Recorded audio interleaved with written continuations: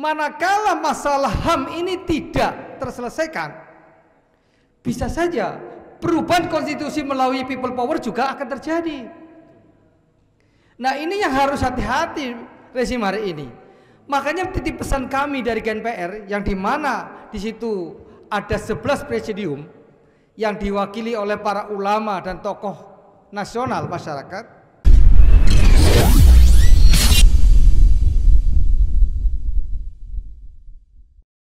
Baik, bismillahirrahmanirrahim. Assalamualaikum warahmatullahi wabarakatuh. Waalaikumsalam warahmatullahi wabarakatuh. Alhamdulillah, la haula wala quwata illa billah. Allahumma sholli ala sayyidina Muhammad wa ala ali sayyidina Muhammad. Abadu. Pada malam hari ini kita bersyukur bahwa saya diundang oleh Ustadz Ahmad Rosinuddin yang sudah berkali-kali viral di media sosial menyuarakan suara umat. Kalau beliau lebih aktif di media sosial dan juga sebagai pengacara para ulama yang terzalimi. Sedangkan kami ditugaskan untuk di lapangan, Ustadz. Jadi hari ini online dan offline bertemu ini. Padahal saya jarang untuk tampil dalam acara-acara seperti ini. Karena kami memang mengkonsolidasikan umat di bawah. Dan hari ini kenapa kami tampil? Karena ini juga banyak suara-suara dari rakyat yang menanyakan. Selama ini aksi GNPR Gerakan Nasional Pembela Rakyat ini sudah berkali-kali.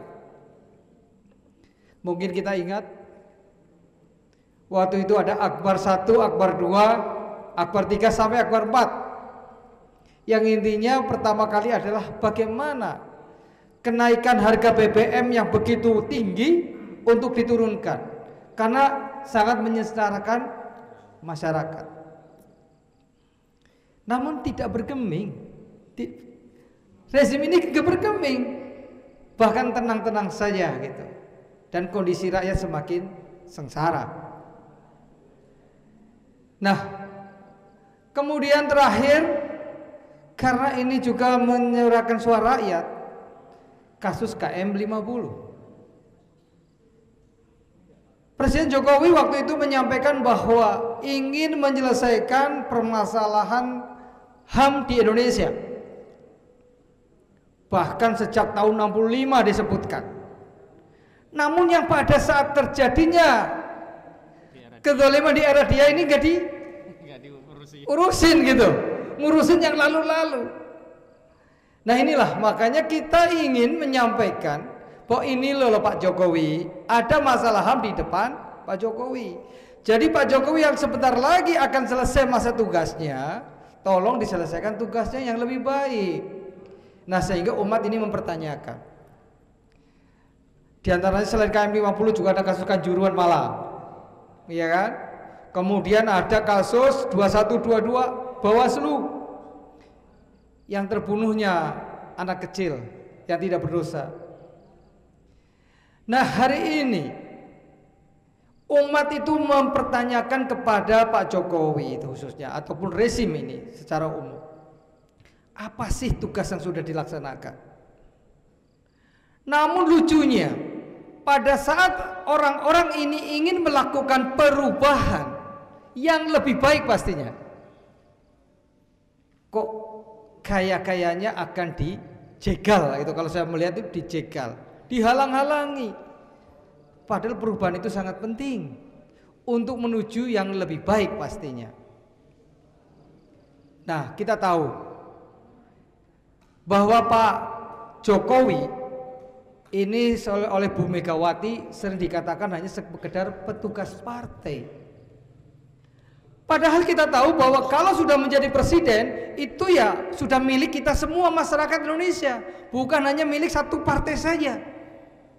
Petugas rakyat harusnya. Ya, petugas rakyat lah yang memilih, ya kan? Walaupun sebagian memilih, sebagian tidak, tapi kalau sudah jadi presiden, ya pastinya menjadi presiden seluruh rakyat Indonesia. Takbir. Allahu Akbar. Nah, ini yang sangat menyedihkan kita. Apa iya nanti kedepannya tidak ingin melakukan perubahan lagi? Kita disuruh memilih petugas partai berikutnya, apa nggak lebih kacau? Nah, ini makanya kita juga harus ada perubahan. Ya, tadi Bang Ahmad Qasudin sudah menyampaikan ada berbagai macam perubahan. Nah, kalau kita mengikuti hari ini yang dinamakan bahasanya konstitusi, perubahan melalui pemilu adalah sebuah keniscayaan. Namun manakala masalah HAM ini tidak terselesaikan, bisa saja perubahan konstitusi melalui people power juga akan terjadi. Nah, ini yang harus hati-hati rezim hari ini. Makanya titip pesan kami dari GNPR yang dimana di situ ada 11 presidium yang diwakili oleh para ulama dan tokoh nasional masyarakat, meminta kepada rezim hari ini selesaikan permasalahan HAM khususnya KM 50. Karena apa? Ada 6 masyarakat Indonesia, rakyat Indonesia yang tidak berdosa, dizolimi, disiksa, dibunuh. Bagaimana perasaan kita? Kalau tidak kita suarakan secara terus-menerus, seperti tadi Bang Edi sampaikan, media ini tidak terus mengangkat, makan lewat. Kedoliman-kedoliman akan muncul kembali dan muncul kembali. Khawatirnya Allah akan berikan azab kepada negeri ini. Nah, untuk itulah, makanya kami dari Gerakan Nasional Pembela Rakyat ini selalu menyuarakan suara rakyat agar ayo pemerintah, penguasa, jangan lalai terhadap tugas kalian. Apa yang harus kita lakukan? Nah, pada kesempatan ini kemarin kita banyak mendapatkan masukan dari umat, mempertanyakan setelah kita melakukan aksi di depan Mabes Polri pada tanggal 17 hari Rabu yang periode lalu, bulan lalu, apa hasilnya? Kita sudah diterima oleh perwakilan dari Mabes Polri. Kita menyuarakan bahwa pada waktu itu karena Pak Kapolri Jenderal Listio Sigit berjanji akan melakukan upaya hukum kembali novum kalau ketemu, dan kita semuanya hampir sebagian besar itu sudah ada novum. Ya, tentunya nanti bisa dijelaskan oleh Pak Ahmad Qasudin ini.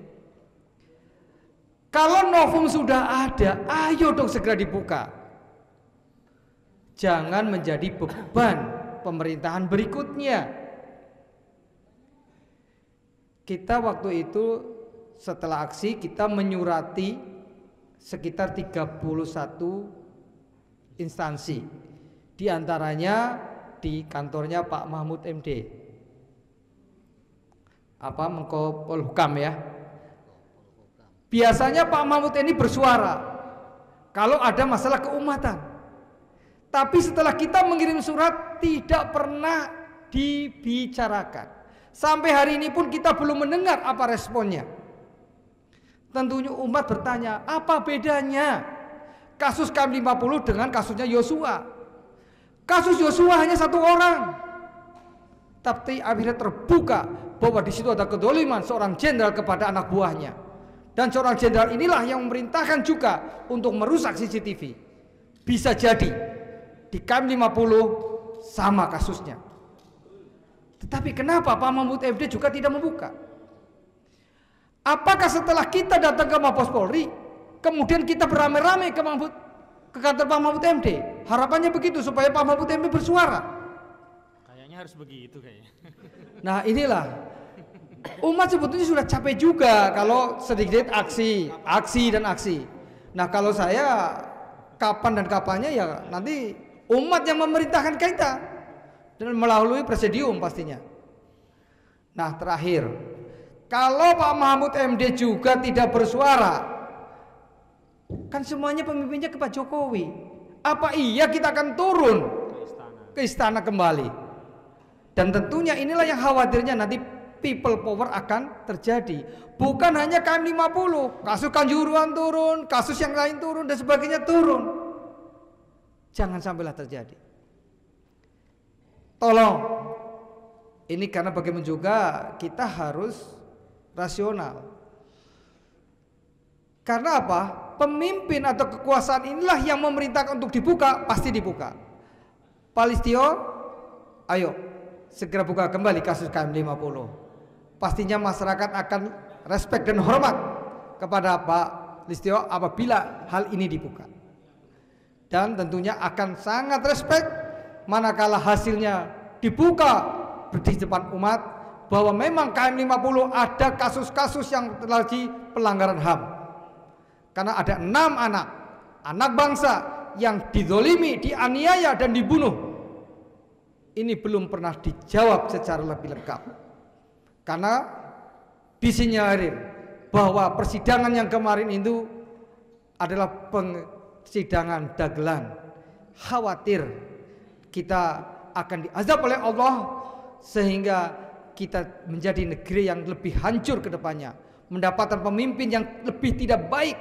Karena apa? Pemimpin yang lebih lama atau yang terdahulu tidak menegaskan keadilan maupun kesejahteraan untuk umat. Saya kira itu dari saya sebagai perwakilan dari Gerakan Nasional Pembela Rakyat. Mudah-mudahan apa yang kami sampaikan ini menjadi pencerahan untuk kita semua kepada umat bahwa kami masih menunggu gerakan dari para penguasa untuk menyelesaikan kasus ini. Terima kasih. Mohon maaf lahir batin. Wassalamualaikum warahmatullahi wabarakatuh. Waalaikumsalam warahmatullahi